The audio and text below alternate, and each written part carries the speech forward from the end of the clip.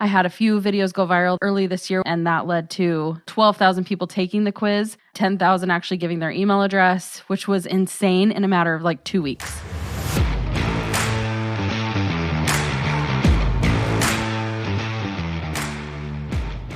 Welcome to the Millionaire University podcast, where today we are talking to my good friend and fellow entrepreneur, Kirsten Tyrrell, about how she recently, from a TikTok without spending a single dime in paid ads, gained over 10,000 email subscribers from one piece of content. Not only is she an amazing businesswoman and a mother who's homeschooling 3 kids, she's one of my favorite people to talk to. She loves business, she loves learning, and she has all kinds of gold nuggets to share with us about how to grow your business through quizzes. Now, before we get started, you might be wondering, why quizzes? Well, according to Real.com, quizzes are more than 20 times or 2,000% better than pop-up email collection forms. That's crazy. And they get 400% more engagement, time on your site, than other email opt-in sites.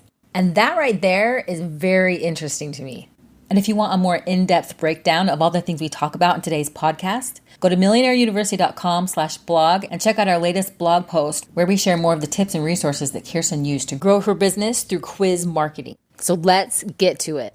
When I met you and Justin, I had lived life up to that point. I'd always been entrepreneurial. I hadn't really realized I was an entrepreneur. I think I've told you before, I thought entrepreneurs are just people who couldn't hold down jobs, creative, crazy people. Slightly true. I just really grew up in kind of this bubble of reality, and I'm still coming out of that bubble. But when I met you guys, my husband was working in nonprofit. We were just kind of on that trajectory of it'll probably be 10 years before making, maybe multiple 6 figures, and we'll just do the thing and be on the journey. And living in Southern California, there's a lot of affluence. We were in the same congregation with you guys, and you hired me to take your podcast photos for your first podcast together. I had been Googling corporate couple headshots.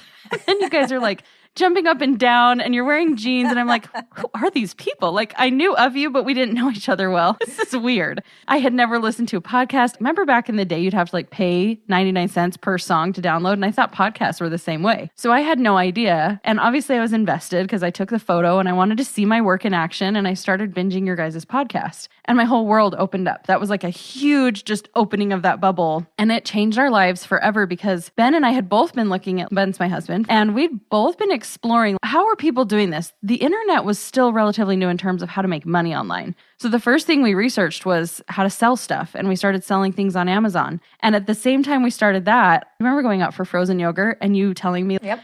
Okay, you need an email list. And I was like, what's an email list? Why is that my first priority? I thought it would be so much more glamorous. And now, ironically, that's the thing I specialize in, and I come back to that a lot. That just set things in motion, and we never really looked back, and it's been a roller coaster. There's over 110 books in my Audible. I couldn't get enough information, and I also put it into action and learned a lot. My goal was to make $1 million in a year, and I didn't do it in a year, but I did it in under 3, which was crazy. Now looking back, thinking I had zero experience. I was completely starting from scratch. I knew how to work hard. I was taught that growing up. I have a dad and mom both who just work really, really hard in the things that they do. So it was just the learning curve, and it was ignorance is bliss in many ways because I didn't know what I didn't know. So I just forged ahead, and I was like, it's probably going to be really easy to make. Justin and Tara have done it. No problem. Yeah. They have 3 kids. So that kind of brings me full circle. Those parallels of saying, wait a minute, they have 3 kids. We have the same faith. There's so many similarities. If they can do it, then that really kind of means I could do it. I've made most of my money from online sales in one form or another, and I love it. I love the potential that women have to build side hustles that they can eventually scale if they want to have big businesses. But for so many women, it's like me, right? They just want something they can use creativity for. They can challenge themselves and have bigger goals because raising kids is such a long game, and you need quick wins to keep you sane. I love that. Started a podcast because you guys opened me up to that world, and that has actually opened more doors than anything that I've ever done. That was almost 8 years ago that I began, and you've been a guest on my show now 4 times, and I love it. I love communication. I love interaction. And marketing is so fun to me. It combines my love of human psychology and just understanding things, and also just strategy and numbers, and it's such a fun game. Well, speaking of the game, let's talk about some of the things that you're doing, how you're using surveys to capture emails. Well, ironically, when you first started your podcast, your Aim and a Millionaire one, you guys had a quiz on there, but it wasn't as intensive as the ones that I build now. It was kind of like, do you have what it takes to be a millionaire? And it was pretty much yes for everyone, I think, because everybody really yes, can. I do. So I actually started using quiz funnel marketing which is a really fancy term for interactive quizzes, similar to what you'd see on BuzzFeed, but with a lot more strategy. And it was just the solution to having the same conversations over and over and over again. And I had an assistant at the time who actually built it out on ManyChat. It's still like a very powerful tool online. And she had this like complex web to where if they asked this question, that would take them to the next one. And it was just so amazing because it would help them find the right colors that would match them for makeup. It completely obliterated the time commitment to having to like go back and forth in email. There was even a place for them to upload a photo, and then I could like make sure that the results were correct. I started to see the most incredible thing with the power of self-selection, because instead of me hovering or telling them what they should buy, I presented some options, but then it kind of set them in motion to go build their own carts. And I remember having a customer order who I'd never spoken to. I was using a lot of passive marketing with Pinterest. I wasn't running ads or anything. It was all just organic. And this customer who I'd never met spent like $750. There was one order for $600 and then $150. I'm like, I don't even sell that when I'm trying really hard. This thing is selling better than I can sell. And I just couldn't ever go back because it was able to open up doors for me to do more different things in my business. So the sales were just always happening, whether I was selling or not. It just kind of evolved from there. And then I started having people want me to do it for them. And I was like, oh, that's kind of scary. I don't know. Like, can I get the same results for other people? And here we are now. And it's one of my favorite things to do. And there's so many tools that help me do it really effectively. And it's just fun. It's fun for customers. It's fun for my clients who want to have something unique in a fun way to have people opt into their business. And you need leads. Like, you don't have a business if you don't have a constant, steady influx of leads. And why not have it be fun for everybody? We all know the game. We can smell a funnel a mile away. So at least we can make it a little bit more intentional, have it more interactive, and have it more engaging so that we're all enjoying the process. Because sales is fun. I love sales. I love that when you talk about kind of the self-directed process. I'm like, oh, this is smart, because I like that myself. It's like when you walk into the mall or you go somewhere where the people are like, how are you doing? What do you want? You know, they knock on your door when you're literally in the dressing room and they're like, how's it fit? What? You're like, get out of here. Just, I want to buy something, but I don't want you hovering. Leave me alone. Walk us through that. If I was a client coming to you, how would you break that down? And then let's say I'm a mom at home who's going like, I think I could do this, the different scenarios of client approach, and then also how do I do this for other approach? It's a reverse engineered process. It's what's the objective. And so we start with actually all the way at the end. What are they selling? What's the product at the end? And how can we solve a smaller problem that gets them ready for that purchase?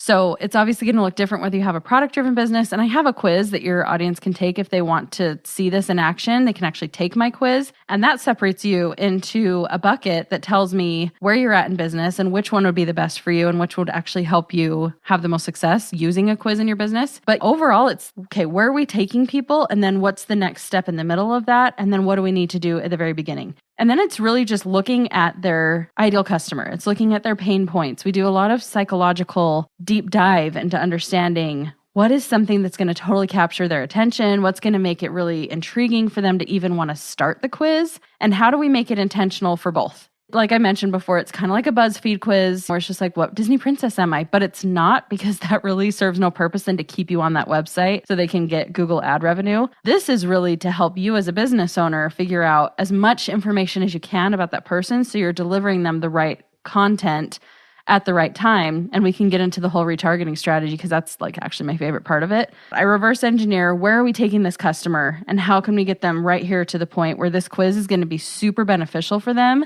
and we can give them a lot of value to where they're going to start to like, know, and trust you. How can we infuse your brand, your voice, some connection so there's a little bit more than just answer these questions. I like to have that dynamic characterization in there, even using really creative copy that matches their voice so that really even by the time they're done with the quiz, they're already a lot closer to becoming a customer than when they stumbled across it.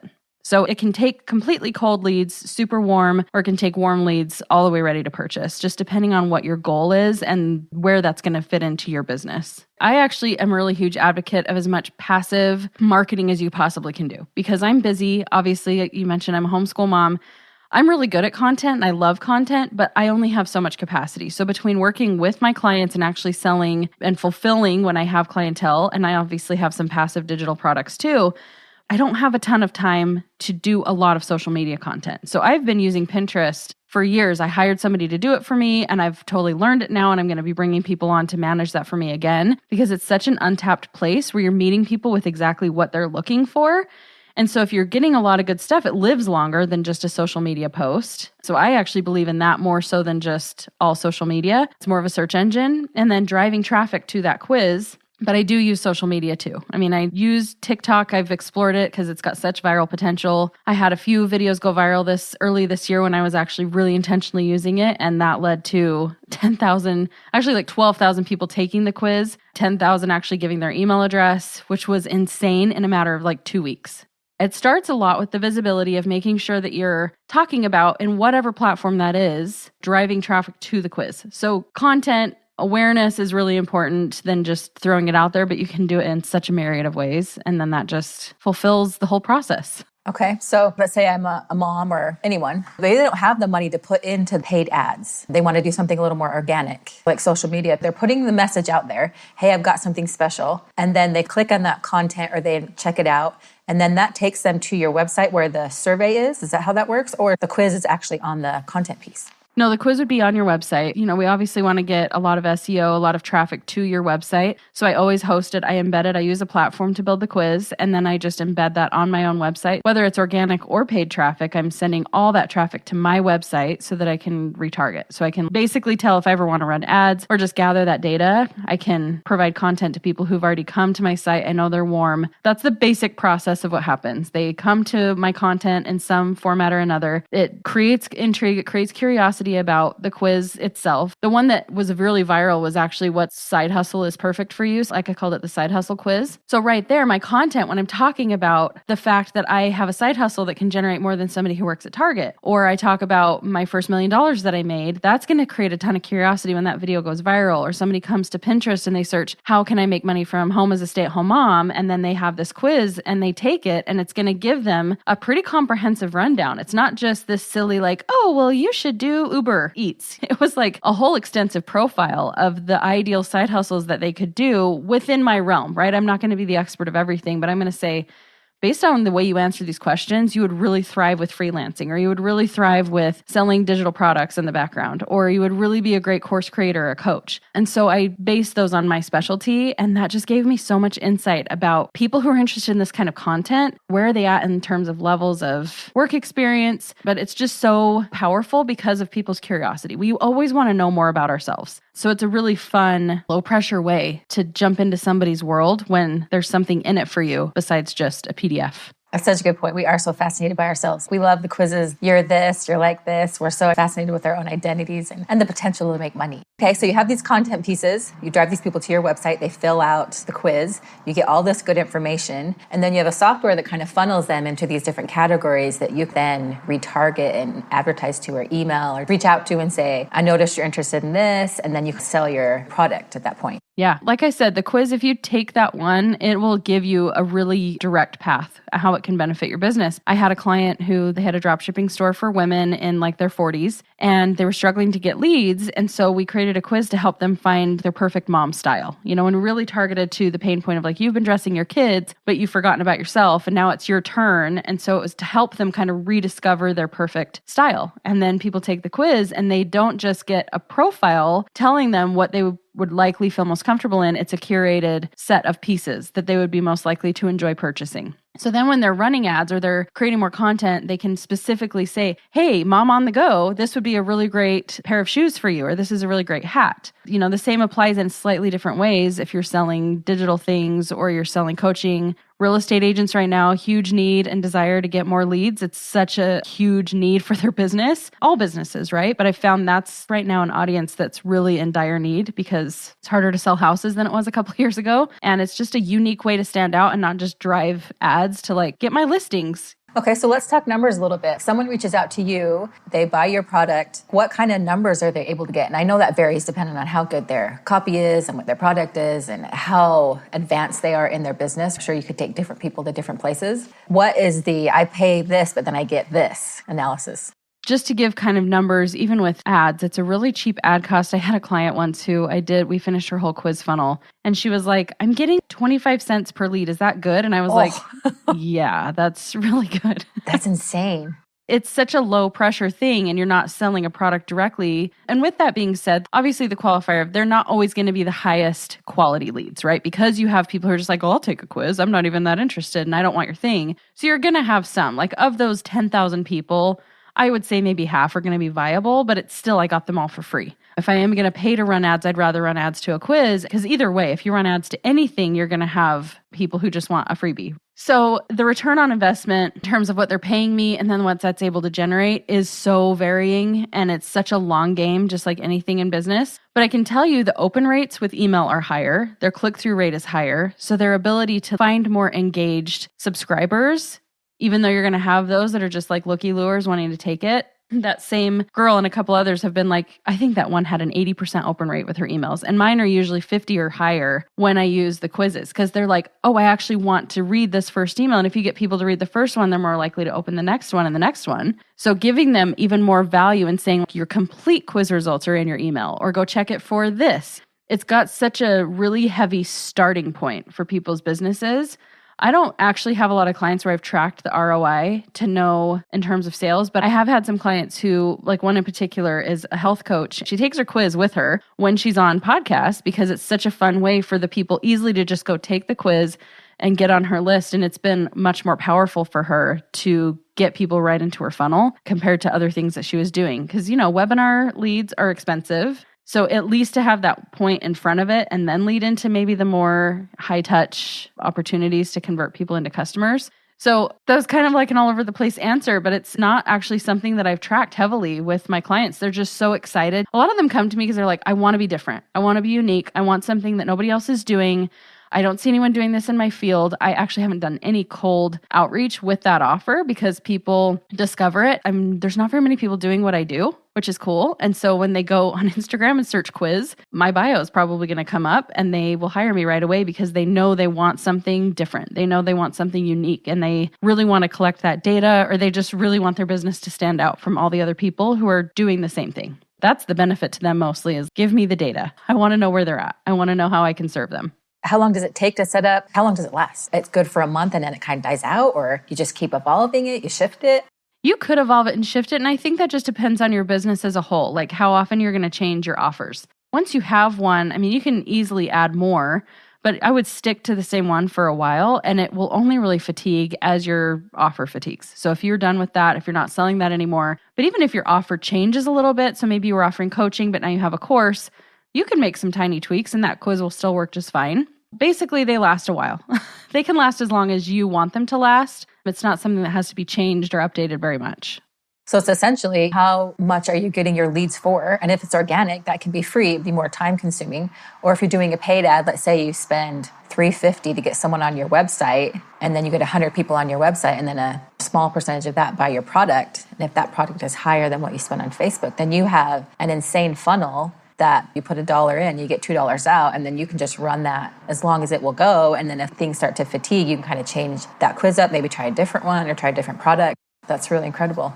Or even just change the creative on your ads. I've seen people use the same quiz for years. Because if your brand stays the same, like the only reason I would even see the need, and I'm ridiculous and I create quizzes for every idea that I have with every single product that I've ever sold. But if you're somebody who's a little bit more disciplined and you stick to the same thing, like for you guys, for example, you're going to be doing Millionaire University for the next 10 years. If you have a quiz that helps people and gives clarity, the only reason I would see the need to change that is maybe just for fun. Maybe because you feel like, okay, we've had thousands of people take this, let's introduce something, or maybe even let's introduce something that's a little bit further down the line. Now our students, our audience has progressed, so let's help them get even more clarity.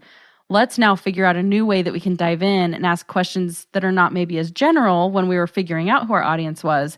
Let's figure out a little bit more detailed analysis and to help us make sure that we're providing the right content, the right value. The quiz itself really only needs to change as soon as your business is ready to evolve. But you can change so many things on the front end, your content. Like I said, Pinterest is something, it's not like Instagram or TikTok where you're only as good as your last video and you have like maybe a day or two. You're talking like months or years. There's pins that I still, from like 8 years ago, still have so many clicks and traffic coming to my website. Because once it's basically told Pinterest, this is a really good thing, and people search that, then yours is always going to pop up. So if you take the time to make a lot of content driving traffic to that quiz, you could literally just have something kind of sitting there not needing a whole lot of attention, especially if you're having it go to a passive product, it can live for years and generate income for you. What's amazing about these quizzes too, is you're getting information for yourself. So I'm thinking about the evolution for you. For me, when we started flipping houses, we loved working with a client who was already making six figures, and we knew we could get them from 6 figures to 7 figures. And that was kind of like our bread and butter spot. That was our favorite. And so it's cool with these quizzes is you can kind of evolve as your client evolves and your demographic evolves and your avatar evolves. You can take these quizzes and get a bunch of information that almost helps you find your niche within your niche, and then also get them what they want. And it kind of sets up this relationship of, hey, we're friends. I've got something for you. You got something for me. We're helping each other out, not bugging each other and just, jamming things down your throat. So I love that. So let's pop over just for a minute. You're homeschooling 3 kids.